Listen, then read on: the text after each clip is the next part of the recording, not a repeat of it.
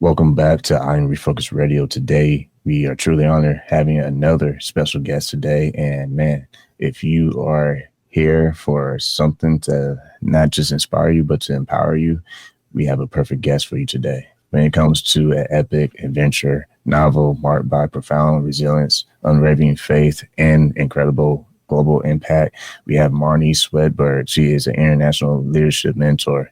She has over 14 books that she's authored. She has her own #1 ranked radio show herself. She is a media expert. She is also a sought-after keynote speaker who has traveled the world. She has a lot of big names, a lot of big clients that she's been able to work with, and it shows because what she does is important. It's not only something that gives you impact, but it gives you power to make that switch or shift. When it comes to having that dynamic speaking career, she's a visionary that you want to know. She has this amazing website, womenspeakers.com, and we're going to learn more about that and all the other things that she's doing. But before I say anything else, I need to land this plane and get her on the show. First and foremost, Marnie, want to cut to the chase and say, how are you doing today? Oh, great. Thanks for having me, Anisha. Great to be here.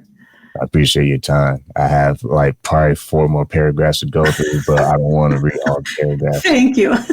You think about, I kind of said the word resilience and overcoming. When you look at your biography and what you've been able to accomplish, it mentions you surviving a lot of challenges, including fires, floods, tornadoes, car wrecks, business setbacks, being robbed. I mean, you have so many twists and turns in your story. Tell us a little bit about some of the things that you had to go through. Yeah, so everybody has their own journey, right? And I've just had a lot of stuff that has happened. Some of them happened pretty back to back. But what I'm trying to think of one to share right now. I think I'm going to share about a tornado that came through. And we owned the restaurant at the time. And I was at home at my home office. We had also a retail store at the time. And this big tornado was coming toward our town. And our teenagers at the restaurant were terrified, of course. And so I said, I'll come over to the restaurant. You guys go to the shelter and we'll go from there. So I'm alone in my restaurant. Nobody's there. It's like a ghost town outside. And I'm listening to the radio as I'm cleaning up some stuff. And he said, it's time to take cover. The problem with this storm is that it's 3 storms colliding in one place right over my town. And it was a small town. So there wasn't anywhere to go except just right there. And I just all of a sudden panicked. And I thought, I don't want to die in a refrigerator, because that was my plan. When I sent the kids out, I thought, I'll just go in the refrigerator, right? And so I sent them out. And then I thought, I don't want to die in a refrigerator. And I had this picture in my head of this flying walk-in refrigerator, from a restaurant flying through the air with me in it and them finding my dead body in it later. And I thought, no. So I got in my car. And I started driving. I had to drive toward the tornado to get home where we had a basement. So I'm driving toward the tornado. I turn a corner and all of a sudden it's just hailing, like hailstones just flying at my car. Kind of picked up my car a little bit, got home, grabbed my dog, ran into the basement, and I was okay. And that tornado wiped out a whole, like it was a mile wide. It just took everything out. And the guys, my husband and my sons, were over at our retail store about a mile from the house. And that was a nice, strong building. But what my son looked out front, the first thing they knew about the tornado was my son looked out the front window of the store and he saw like a shed going by or something. He's like, something's happening. So anyway, that was a tornado. I had a lot of really close calls. We had lightning strike one time. A tree right outside of our restaurant took the tree out and knocked out all of the electronics. And by the end of that day, everything was back up and running. And a friend of ours had come and taken away the whole tree, the stump, everything was gone in one day. So I think when I come to places like this, I like to talk about resilience and about how if you just embrace the thought, in this moment, I have everything I need. It allows you to think clearly. do something that maybe you wouldn't otherwise do, and then have a result that is good. And that's what I've just seen through my life, is that as I've just been able to stay calm and to make rash decisions instead of, just crazy decisions, that it has worked out really well, and not always without any challenges, but definitely had an outcome that I'm here to tell you about, at least that much. When you think about those crazy challenges that, any person in their right mind is going to be like, wow, okay, what's next? Obviously you don't have a positive mindset when you have, those goals, personal goals to get through anything, but we're still human. We can't always wear our Superman or Superwoman cape and think that nothing can knock us down. We're bound to get knocked down, but the question is, how do we react from those moments and those challenges? You're known for possibility thinking, grounded in profound faith. When you look at society and how often we could be focused on our fears and limitations, how do you actively cultivate and maintain that lens of possibility, especially going through challenges? Part of it is a lot of healing maybe that has happened in the past in my life to free me up to be able to have a much more consistently positive attitude. I very rarely step out of it, really. It happens, but it doesn't happen very much anymore. And a lot of that is just because as you go through life, and well, let's just use an example of if you think about a cup being half full, okay? So if you say, my normal is that my glass of water is half full, okay? That's my normal. And then I sometimes I drink it dry, or sometimes it's way to the top or falling over. And as you go through life, what you find is that if you choose to, that level in your cup, and I'm going to use the cup as the analogy of your emotions, that level in your emotions tends to go higher or lower based on what you're feeding it. And so if you consistently feed yourself the, oh no, terrible, terrible, this is going to be awful, I'm not going to live through this or whatever, then that's where you're going to live. And the amount of energy, the amount of joy, the amount of positivity that you have at any given moment is going to go down, and that's going to be your norm. And now you go down from there or up from there. And so if it's consistently that you have faith, that you have courage, that you know what you're supposed to be doing, you've done some mission vision work in your life, and you know why you're here and what you're here to give to the world or bring to the world, at that point, then you have the opportunity to live at a higher level pretty much all the time. And so I learned this principle from Dr. Andrew Young, who hosts a podcast, and he's a counselor, and he had on with him a gal that had grown up it was a war-torn country. I can't remember right now which one it was, maybe North Korea. But anyway, she came in and they were talking about how, as an American, a lot of us, the normal American, has a higher base point than someone who grew up, let's say, in a communist country, a country that was very stifled, very suppressed.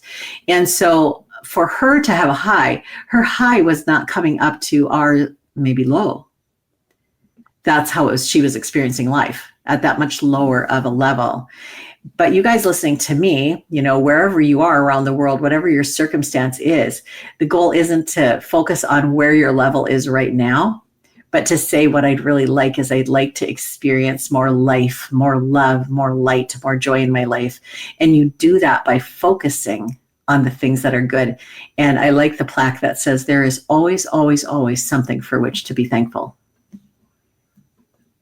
Appreciate that, because too many times we are locked in on where we are and we want to compare it.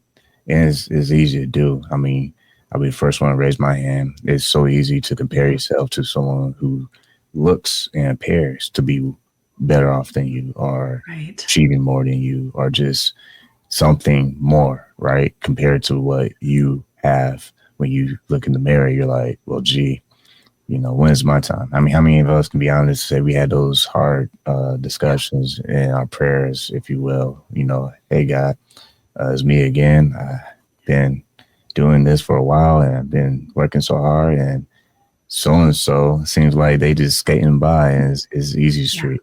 But when you think about leadership and mentorship, you have done a lot of work with thousands of people. And what do you believe is something that is a core ingredient in how you see people grow from that? Because I believe it's something that we have to grow out of as we mature and surround ourselves with people that can give us that iron sharpens iron type of energy, if you will. Yeah, I love it. So it's a kind of a biblical principle, but it applies to everything. And it's that when my mind is set on the things that are troubling me, I am troubled. When my mind is set on the things that are good and true and right and just, my mind is happy. And that is just so true. And no matter what is going on, it is up to us what we focus on about that. And there is always something to focus on that is not painful. So I started to learn this when I was having my children. I have 3 kids and I had long, hard labors and I didn't use any drugs. And so I had to have a way to get through the pain because it was very painful. And so what I would do is I would focus on a beautiful picture in a magazine that had lots of complexity to it. And I would try to pick out one thing to focus on and just kind of dissect it with my eyes. And I didn't believe that it would work. When I was first taught it, I didn't believe it would work. But my husband was sitting next to me in the class where we were learning about this technique. And the teacher said, okay, now you've practiced a little bit. Now, guys, I want you to, when she's breathing, I want you to pinch her leg as hard as you can. And that gals, you just breathe through it. Okay. So I'm breathing and it's time for him to pinch my leg, and I'm breathing and I'm thinking as I'm breathing, he's not pinching because he knows I'll slug him if he does. And so I got done. And then she said, now guys, I want you to pinch her just as hard as you did, but this time she doesn't get to breathe through it. I couldn't believe how hard he had pinched me. He had pinched me so hard, and I had felt none of it, just like almost that he hadn't been pinching me. And it made me a believer. It made me a believer in that when we focus our attention off of the painful thing and onto something that is beautiful or helpful or good or true, that it does relieve the pain. And that's when, at that moment when the pain is relieved, is when we have the ability to think clearly enough to make a choice. Otherwise, what's happening is your brain is all consumed with the problem. You have no mental capacity to actually come up with a solution. Once again, listen to Refocused Radio and watching us online, talking to our guest today, Marnie Swedberg. Go to her website, marnie.com. I want to pick up on what you said about focusing on something that's beautiful, something that's positive, something that's good. Yeah. It is so easy to shift your focus. I don't think people really truly understand just how simple it is. In a split second, something happens. I mean, when you're driving, right. Sometimes do you notice when there's like a car accident or you see EMS or police on scene, how many people naturally slow down, not because of the situation, but because they're curious to they want to look, watch, right? But the problem is we can watch too long on the wrong thing versus what we should be paying attention to in front of us. So using that as an analogy, in life, we can get caught up in being distracted by something that we keep our eyes locked in on that thing. We very well will miss opportunities that are right in front of our face. Yeah. I use the merry-go-round analogy. So when you're at a children's park, they have these merry-go-round things and you have to get them going, So at first it's just dead still. And then you start kind of running alongside of it and somebody stays out and does the pushing. Everybody else gets on and hangs on. And at first easy to jump off, right? But then after a little bit, when it gets going really fast, you don't dare to jump off because it's going so fast now that you're feeling like if I jump off, I'm in trouble. It's the same with a roller coaster. I mean, when you're just at the gate, it's no worries. But if you jump off during the ride, you're going to be hurt. So what happens with our thoughts then is we have a new thought that comes in. And if we nurture that thought, if we keep focusing on it, if we keep petting it, just making it feel right at home in our heads, then it's going to gain momentum to the point where it's no longer easy to jump off. It's no longer easy to change you're just on a runaway train there. And so that makes it pretty hard to make that choice. When you do it early on, when you capture that thought right at the beginning, you're able to actually choose what you're going to do about it. So it's both true. It is easy to choose if you choose soon enough. And it's kind of like, think about an addiction. Your thoughts kind of model that in a tiny way. Your thoughts model that every day. So if I'm going to keep focusing on this thing, it's going to become a bigger thing in my life. And when people watch this, and hopefully if you have a friend or family, make sure you share this, share the knowledge, share the insights that you're seeing and hearing. When you think about impact, because you host and you're the founder of womenspeakers.com. It's one of the largest global directories for Christian women speakers. When you think about that, I love the idea of what you said about a runaway train. At first, maybe the beginning is not much of a problem, but then that problem starts to grow and grow and grow to where it becomes dangerous, if you will, where it's too risky to just have an abrupt decision. You got to almost navigate your way back home to home base. When you think about impact, what's some of the things that you notice leaders are able to do when that difficult moment comes, when they must make a decision before it derails, if you will? So the train analogy is such a strong analogy, and I use it a lot with habits, and it works with the size of your organization as well. So if you have a small habit that you just barely started doing, you can turn it around really fast. If you have a small business and you just started doing it, you can make changes really fast. If you have a huge organization or a big habit that's been grounded in for years, it's going to take some time. And you just think of a huge ocean liner or a big train, and it's going, the train might be going 50, 80 miles an hour. You're not going to just say, turn right. It's not going to happen. If you do that, it's going to derail, right? You're going to have a crash. And so when you are working with something that's bigger, that's harder, whatever, you have to give it time. And a lot of leaders don't grow into that maybe as quickly as they need to, because they're used to being the only person that it involves, and being able to turn on a dime, turn all the way around, get out of something right away. And so it's important for leaders to learn, the size of what they're dealing with, to pay attention to how big this ship is. And to, if you need to turn it, or if you need to turn it around or back out of something, to give enough time. Also for your people, they need time to process what you're talking about.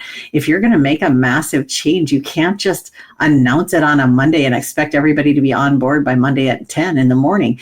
You're going to have to prepare it, get people's brains ready, get all this stuff in place, then announce it, then give us some time for it to be onboarded. And it's going to be a while before people are really doing a good job. So I feel like in leadership, a lot of times what happens is there just isn't enough. You want to impact more people, and that requires change. You're going to have to change. You're going to have to make changes, but you have to give enough time, enough bandwidth. Kind of think of an airplane taking off. Okay, it does an amazing thing, an airplane flying across the sky, but it has to have a runway. You can't just say boop up in the air. So you need to give your changes, your people, a little runway, and then you'll be able to impact more.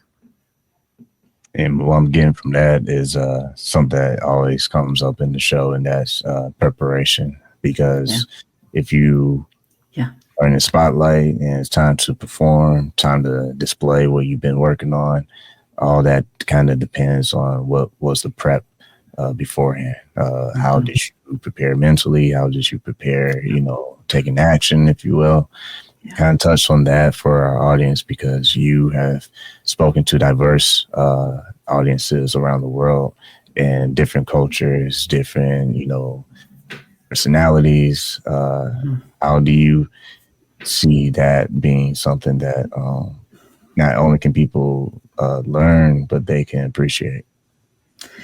I was raised by a mom who was very organized. She was incredibly organized. And she would say, the reason we organize things in advance is so we can be flexible in the moment. And I really love that. And that's proven so true. The more work you put in ahead of time, the more opportunities and flexibility you'll experience as you progress. So preparing is huge. And that's what we're doing the whole time we're going to school. We're preparing for what's coming next. You don't just launch into life from the womb. You have years to kind of learn things and get ready. And then when you go into something new for you, you have to give yourself time to understand it, to learn it. When you hire new people, and all of us, hiring a new person is hard. That's hard on everybody because they don't know what they're doing and they need so much help. But as you make a process so that you can onboard people, you're going to find that they're going to be able to learn it better and grow better. So preparedness is huge. It's really an important piece to it. And you feel it. You feel it when people just go flying into something without taking really consideration of what the cost is going to be, how the effects are going to be. When people fly, if you will, out of I'll call it randomness, there's a time and place for that. Right. When you're by yourself, spontaneity, yeah. Call it chill mode.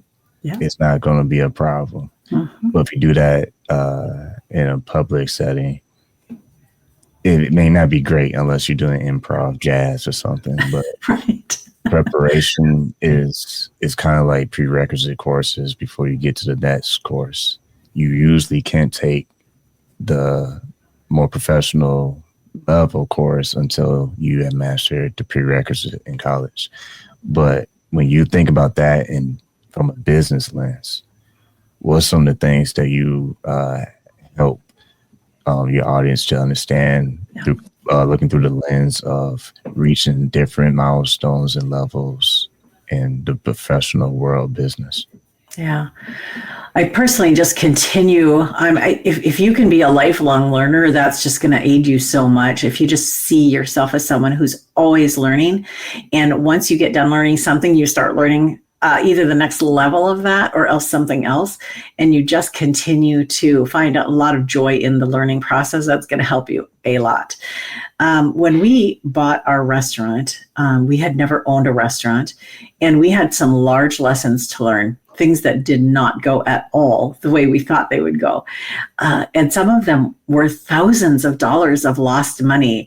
Like I remember one time we lost, I think, $8,000 in a month. And this was a small restaurant. It was like a huge loss for us. And we didn't know how to process that loss. Like, how do you think about that?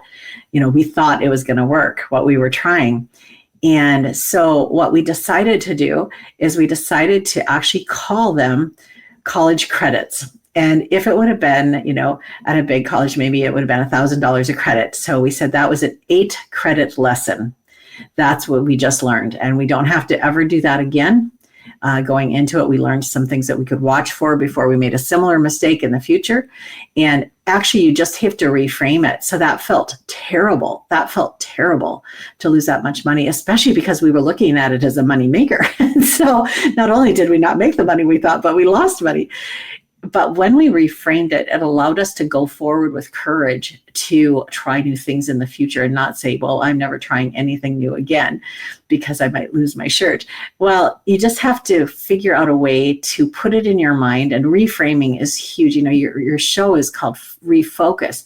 And this is the thing. When you're looking through a binocular or something, and it doesn't look right, it doesn't turn, it isn't giving you the right picture, all you do is you refocus it, and it can give you some helpful information, and you can go forward. So as you're going through life, that is the whole thing.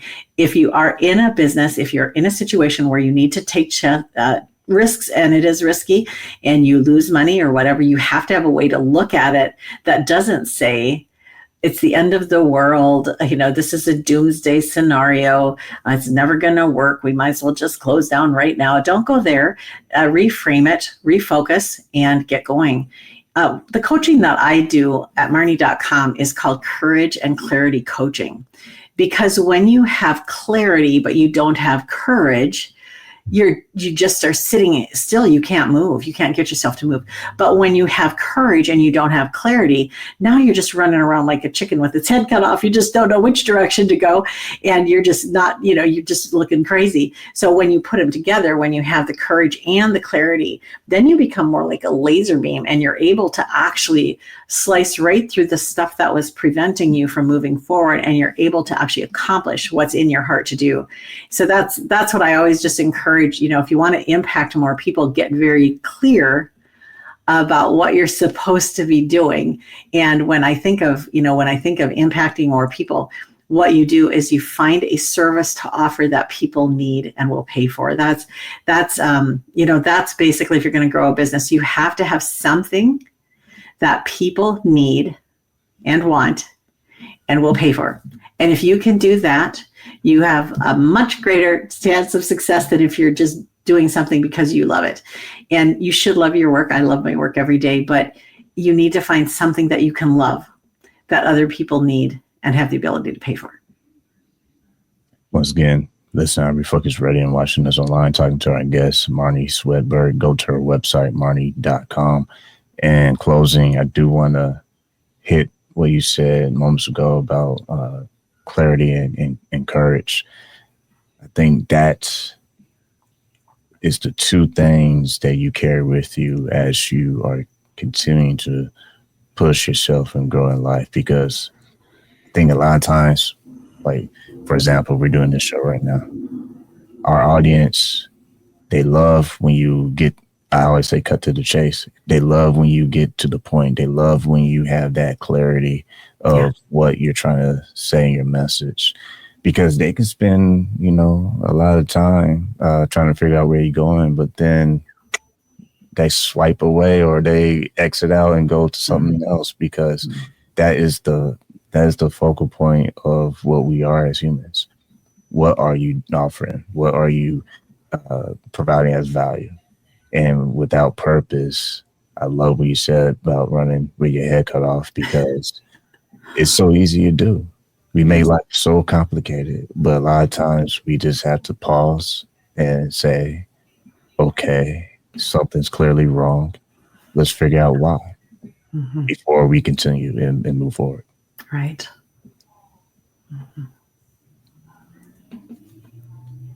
When you think about the future of your business, we have X amount of months left in 2025. This year has already went by. 6 months already. People, if you are not doing what you say you're going to do, you're already late to the party. What will you say for those who still are on the edge, excited about the future, but they still worry themselves about the news cycles and what's going on with everyone's opinions and doubts and fears? What would you say to just leave it out there to keep that focus on what they're trying to build? Yeah. Well, I think probably a lot of you listening to us today are very engaged in the news right now, and it's causing you to be fearful and to want to pull back and maybe hide and wait and play it safe and all those things. And I just have to tell you, I have none of that in my heart at all. I don't have any of that feeling. I listen to the news to identify what's happening, kind of at a global level.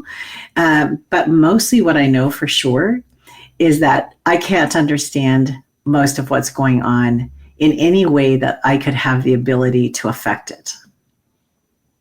Most of what's going on is so far above my pay grade that sitting and watching it for hours on end or even minutes on end is just not something I'm going to invest my time into. I want to stay aware, but I also want to choose what I'm going to do with my life. And what I want to do with my life is I want to keep serving people.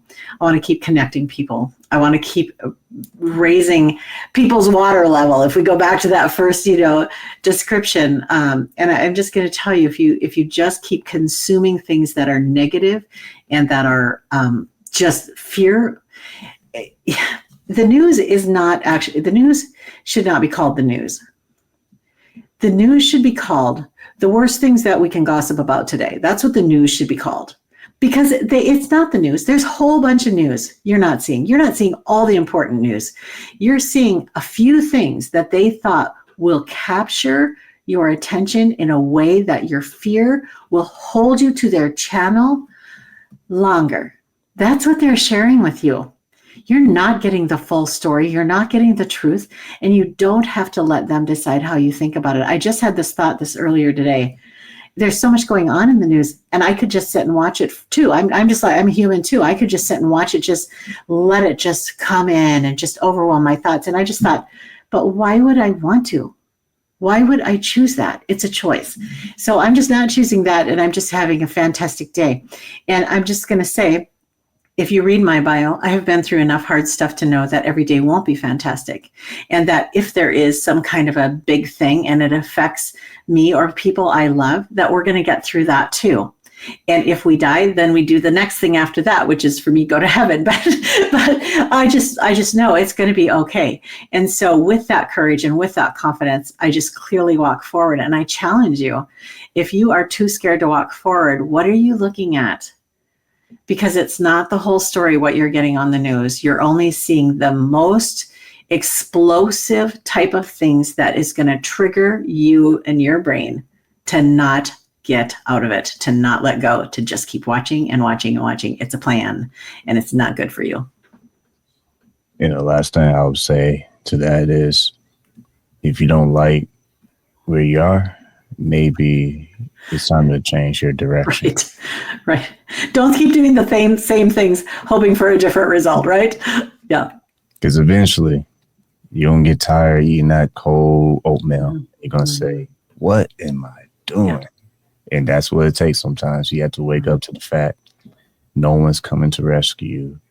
You have to be the person that says it's time for a change. And you just start one step at a time. Have someone say, if you just focus on 1% better every day, you can be a lot better, in a lot better shape than someone who just lets life pass by and say, I'll just go with the wind. Not a good idea. So once again, talking to our guest today, Marnie Swedberg. Go to her website, Marnie.com. Learn about what she can offer to you with her resources. If someone wants to connect with your service and understand the different resources you have, your books, what's the best way they can stay updated? I know it's your website, but if you're on social media too, let them know where they can follow. Yeah, pretty much everywhere, either Mentor Marnie or else Marnie Swedberg. You can find me on all the socials. And if you go to Marnie.com, which is MARNIE.com, if you go there, you can find all the social links there and just go right in. And I do a morning motivation most days, and just love, I'm on a lot of podcasts and I love sharing stuff like this. So if you need some encouragement, check it out. Well, like I always want to say to our guests, thank you for your time. Thanks.